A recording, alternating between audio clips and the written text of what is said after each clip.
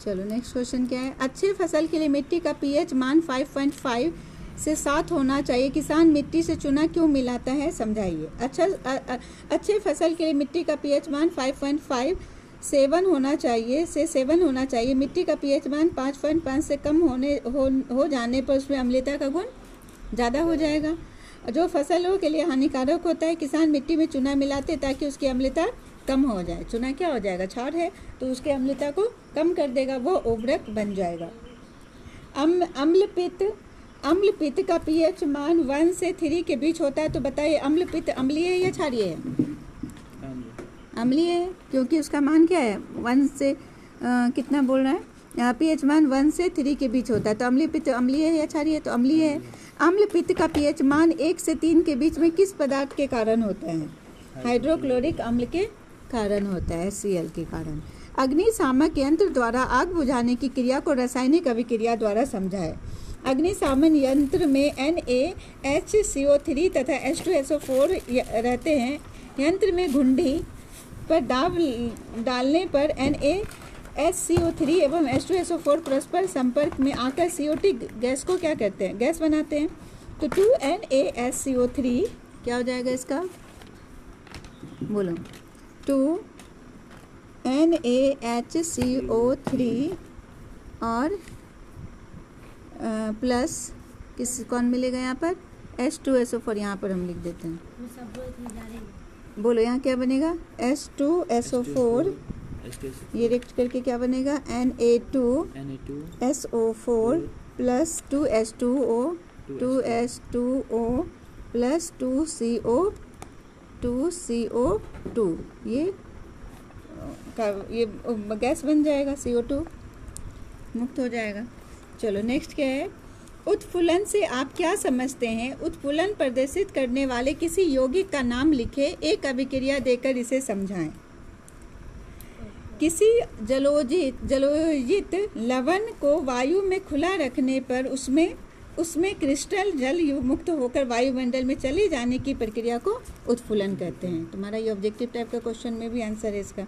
Washing soda से crystal उत्फुलन की प्रक्रिया दर्शाते हैं। Na2SCO3 10H2O, ये वायु में खुला रखने पर उत्फुलन की क्रिया करेगा। Na2CO3H2O plus 9H2O। Next question क्या है। किसी विलयन में H आयन की सांद्रता 10⁻⁻5 है, तो pH का मान ज्ञात करने के विलयन की प्रकृति बताएं। तो इस किसी विलयन का pH इक्वल क्या हो जाएगा, log 1/H प्लस, तो log 1/10 क्या है, -5, तो log 1 बराबर क्या हो जाएगा, log 10 -5। इसको बनाना होगा, कॉपी दो, जल्दी दो।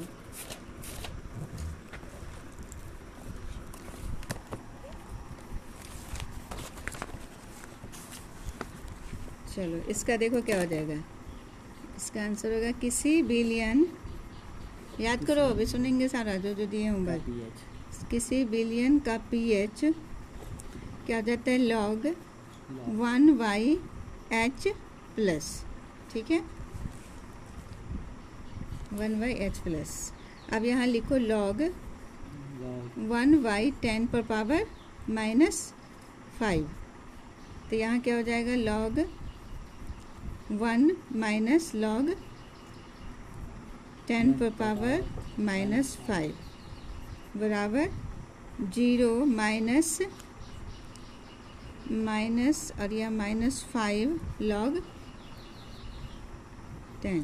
तो कितना हो गया, यहाँ माइनस माइनस प्लस हो जाएगा, है ना, 5 log 10, तो 5 × 1 इक्वल टू log 10 कितना है, 1, तो 5 × 1 इक्वल टू 5। अतः विलयन की प्रकृति क्या होगी, अम्लीय हो जाएगा। pH मान इसका क्या है, 5।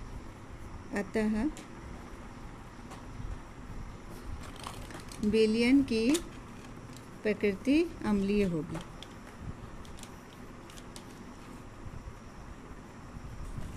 अम्लीय है। चलो नेक्स्ट वो करो। नेक्स्ट क्वेश्चन क्या है, pH हो गया। 15 नंबर, यौगिकों के संबंध उनके उपयोग से स्थापित करें। सोडियम कार्बोनेट, सोडियम कार्बो क्या है, सोडियम कार्बोनेट और sodium bicarbonate plaster of Paris, यहाँ सांच बने कपड़े साफ करने के लिए, बेकिंग पाउडर के लिए। तो सोडियम कार्बोनेट किसके लिए यूज किया जाता है, कपड़े साफ करने के लिए, है ना। सोडियम कार्बोनेट कपड़े साफ करने के लिए, सोडियम बाइकार्बोनेट बेकिंग पाउडर बनाने के लिए, पढ़े हो, बेकिंग पाउडर में सोडियम बाइकार्बोनेट और टार्टरिक अम्ल डाला जाता है। तो बेकिंग पाउडर बनाने में, प्लास्टर ऑफ पेरिस में सांचे बनाने के लिए प्लास्टर ऑफ पेरिस का यूज किया जाता है। अब नेक्स्ट क्या है, सोडियम हाइड्रोजन कार्बोनेट को गर्म करने पर प्राप्त उत्पादों के नाम लिखे। क्या आंसर है, सोडियम हाइड्रोजन कार्बोनेट NaHCO3 को गर्म करने पर सोडियम कार्बोनेट Na2CO3 तथा कार्बन हाइड्रोक्साइड गैस CO2 मुक्त होती है। उपयुक्त में निहित अभिक्रिया से संबंधित रासायनिक समीकरण लिखें। चलो क्या क्या, अच्छा इसी का लिखना है। तो क्या हो गया, 2HASCO3 NaCO3 होगा, क्या हो जाएगा, इसका हो जाएगा 2NaHCO3, इसका क्या हो जाएगा Na2CO3 प्लस H2O और प्लस CO2। ये सोडियम बाइकार्बोनेट हो गया, ये सोडियम बाइकार्बोनेट हो गया, यहाँ सोडियम कार्बोनेट होगा और जल और कार्बन डाइऑक्साइड बनेगा।